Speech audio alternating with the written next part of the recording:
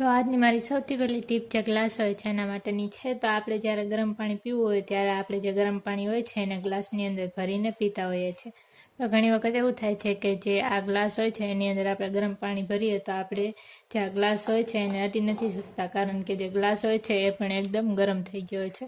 તો આપણે ગરમ ગ્લાસ જે હોય છે એને એકદમ ઇઝીલી અડવા માટે શું કરવાનું છે કે આપણે કોઈ પણ એક મોજું હોય છે, મોજું લઈ લેવાનું છે અને એને આપણે જે આ ગ્લાસ હોય છે એની ઉપર આવી રીતે પહેરાવી દેવાનું છે. તો આવી રીતે તમે જે મોજું હોય છે એને પહેરાવીને પછી જે આ ગ્લાસ છે એને તમે પકડશો તો તમને ગરમ નહીં લાગે. તો આવી રીતે તમે જે ગરમ પાણી હોય છે એને પી શકો છો. તો આ જે ટીપ છે એ તમને કેવી લાગે મને કોમેન્ટમાં જરૂરથી જણાવજો. તો આની પછીની ટીપ આપણે જોઈએ. તો મારી નેક્સ્ટ ટીપ જે આપણું કોલગેટ અથવા તો ટૂથબ્રશ હોય છે એના માટેની છે. તો આપણે જ્યારે ક્યાંય બહાર જતા હોઈએ છીએ ત્યારે આપણે જે આ કોલગેટ અથવા તો બ્રશ છે એને આપણે બેગમાં નાખતા જ હોઈએ છીએ. તો ઘણી વખત એવું થાય છે કે આપણે કપડાની સાથે આને નાખીએ તો આ જે એના બ્રશના જે તાતા હોય છે ઘણી વખત વળી જાય છે, આપણું જે બ્રશ હોય છે ખરાબ થઈ જાય છે. અથવા તો ઘણી વખત એવું થાય છે કે જે આ કોલગેટ અથવા તો બ્રશ છે એને આપણે જ્યાં ત્યાં બેગની અંદર મૂકી દઈએ તો આપણને જલ્દીથી મળતા નથી. તો આ જે બ્રશ છે એ આપણને એકદમ જલ્દીથી મળે એના માટે આપણે શું કરવાનું છે કે આપણે કોઈ પણ જે રૂમાલ હોય છે, રૂમાલ લઈ લેવાનો છે, એની અંદર આપણે જે આ બ્રશ અથવા તો કોલગેટ જેટલી પણ કંઈ વસ્તુ હોય, ફેસ વોશ, એ બધી જ આપણે મૂકી દેવાની છે અને આપણે એને આવી રીતે વાળી લેવાનું છે. તો આવી રીતે વાળ્યા બાદ આપણે આ જે રૂમાલ હોય છે એની ઉપર બંને સાઈડ રબર લગાવી દેવાના છે આવી રીતે.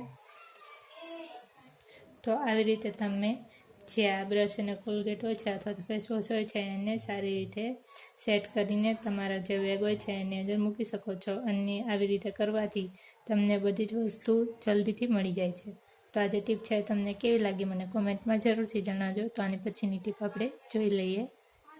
તો મારી નેક્સ્ટ ટીપ જે આપણું કુકરનું ઢાંકણ હોય છે એના માટેની છે. તો ઘણી વખત એવું થાય છે કે આપણું જે કુકરનું ઢાંકણ હોય છે એ ખરાબ થઈ જાય છે. જે કુકરની અંદર જે પ્રેશર થતું હોય એ પ્રેશર ઘણી વખત થતું નથી અને એની જે હવા છે એ બધી જ બહાર નીકળી જાય છે. તો આપણે શું કરવાનું છે કે આપણે સૌથી પહેલાં તો જે કુકરની રિંગ હોય છે એ કાઢી લેવાની છે અને એના પછી આપણે કોઈ પણ જે બે રબર હોય છે એ રબર આપણે લઈ લેવાના છે અને પછી એને આપણે જે કુકરની રિંગ હોય છે ત્યાં આવી રીતે બાંધી લેવાના છે. આવી રીતે આપણે બંને સાઈડ જે કુકરની રિંગ હોય છે ત્યાં જે રબર હોય છે એને બાંધી લેવાના છે અને પછી આપણે જે આ રિંગ છે એને કુકરનું જે ઢાંકણ હોય છે એની અંદર લગાવી દેવાની છે આવી રીતે.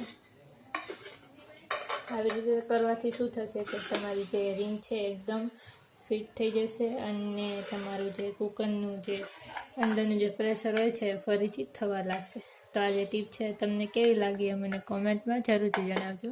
તો આની પછીની ટીપ આપણે જોઈ લઈએ.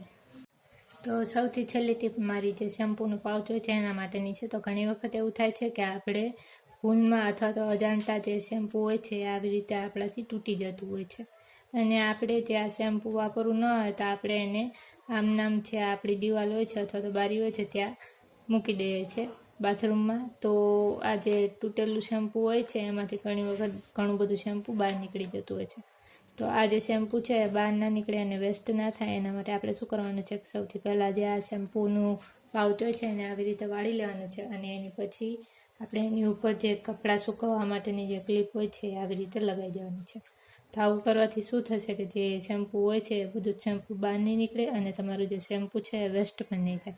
તો આજનો વિડીયો તમને કેવો લાગ્યો એ મને કોમેન્ટમાં જરૂરથી જણાવજો. પસંદ આવ્યો હોય તો લાઇક શેર જરૂરથી કરતા જજો અને ચેનલ ઉપર નવા હોય તો ચેનલને સબસ્ક્રાઈબ જરૂરથી કરતા જજો. તો કાલે પણ મળીશું આપણે આવી ટીપ સાથે. તો જોતા રહેજો બ્લોગર દિવ્યાને.